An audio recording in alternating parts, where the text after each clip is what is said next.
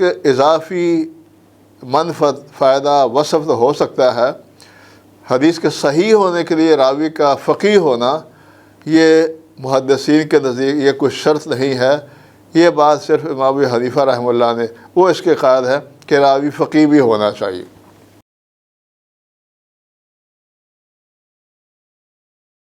الحمدللہ رب العالمین والصلاة والسلام علی نبینا محمد وآلہ واصحابہ اجمعین، اما بعد۔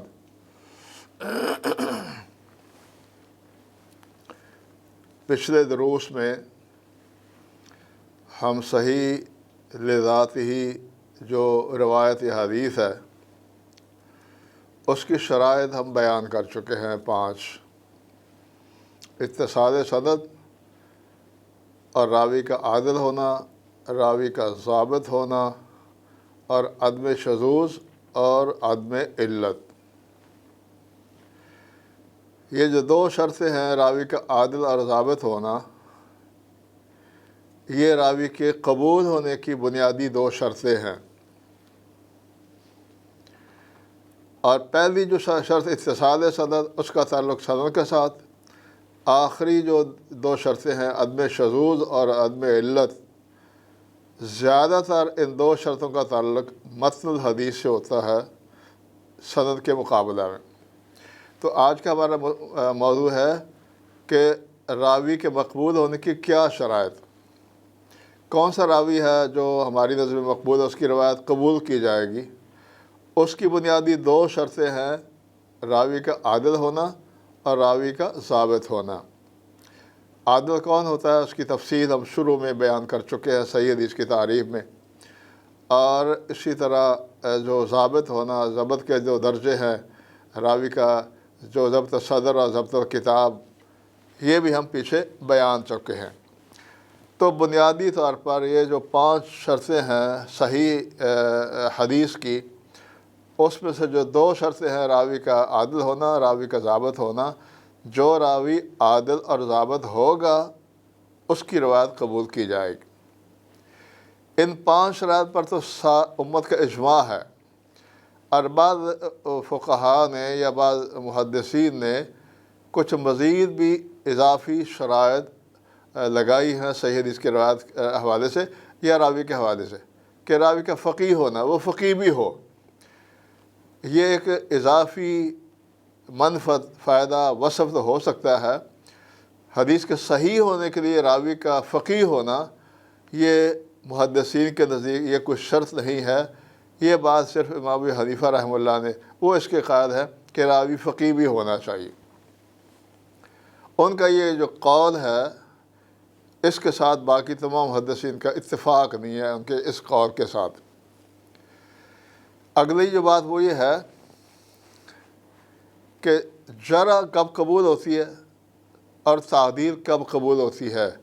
جرح اگر کسی راوی کے بارے میں جارحین نے یا مجرحین نے جرح کی ہے تو کس کی جرح قبول ہوگی اور ہم اس راوی کو مجروح قرار دے دیں گے، یا کس کی تعدیل قبول ہوگی کہ کسی نے کس کے بارے میں جو اس کی تعدیل کر دی ہو، عادل قرار دے دیا ہو یا ضابط، تو تب وہ قبول ہوگی۔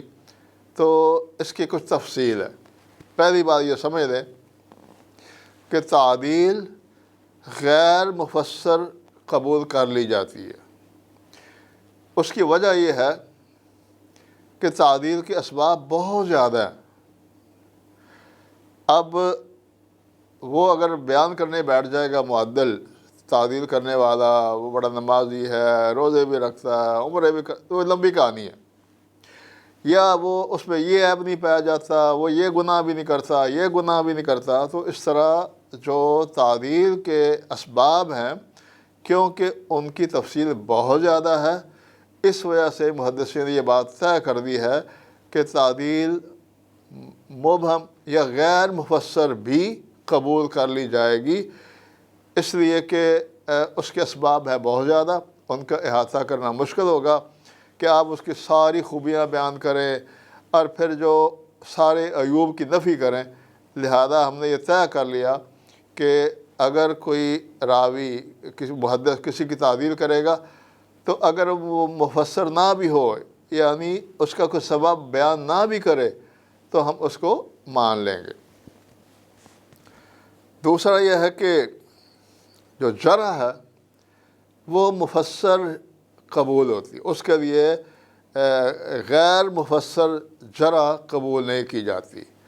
یعنی اگر کسی محدث نے کسی راوی کے بارے میں جرح کی ہے تو ہم اس کا سبب جانیں گے، خالی اس کے کہنے سے ہم اس کی جرح کو نہیں مانیں گے۔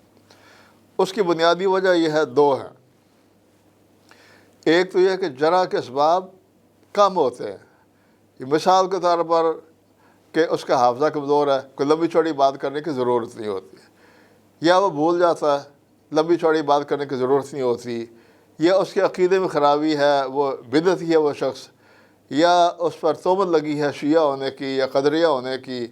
تو کیونکہ جرح کے اسباب محدود ہیں، اور اس وجہ سے یہ شرط لگا دی گئی کہ پہلی ایک وجہ سے کہ اس کے اسباب کیونکہ محدود ہوتے ہیں، لہذا آسانی سے بیان کیے جا سکتے ہیں۔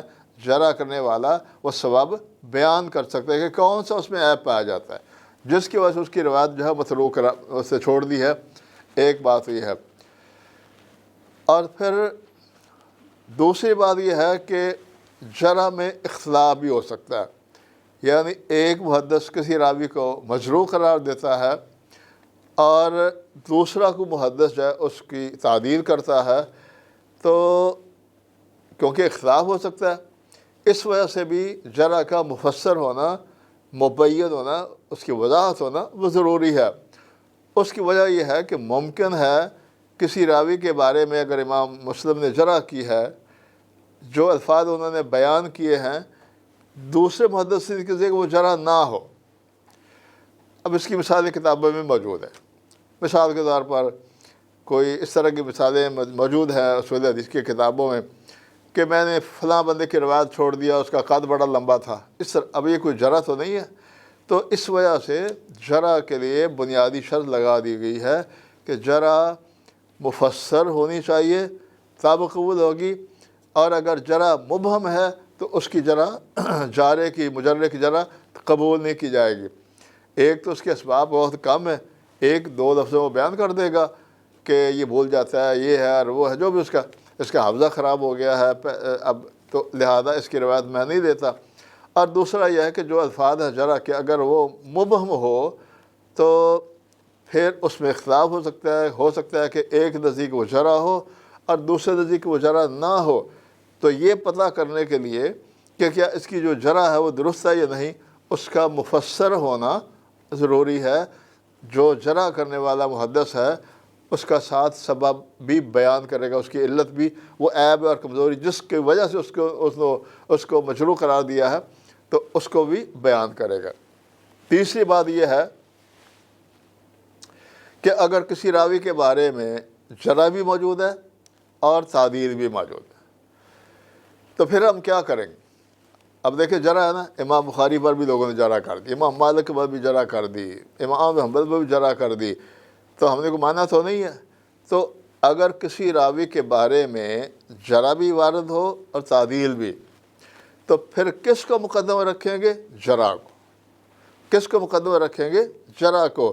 اس کی ایک وجہ ہے کہ جو ہو سکتا ہے جو جرح کرنے والا محدث ہے اس کے علم میں وہ کمزوری آ گئی ہو، اور جنہوں نے تعدیل کی ہے ان کو اس راوی کے بارے میں اس کمزوری کا پتہ نہ چلا ہو۔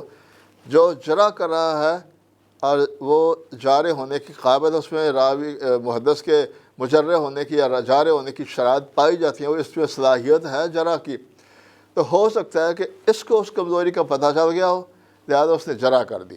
تو جب جرح اور تعدیل میں تعارض بظاہر میں نظر آئے گا تو ہم جرح کو مقدم کریں گے اور جرح کے حساب سے ہی راوی پر وہ حکم لگا دیں گے، اور اسی حساب سے اس کی روایت پر۔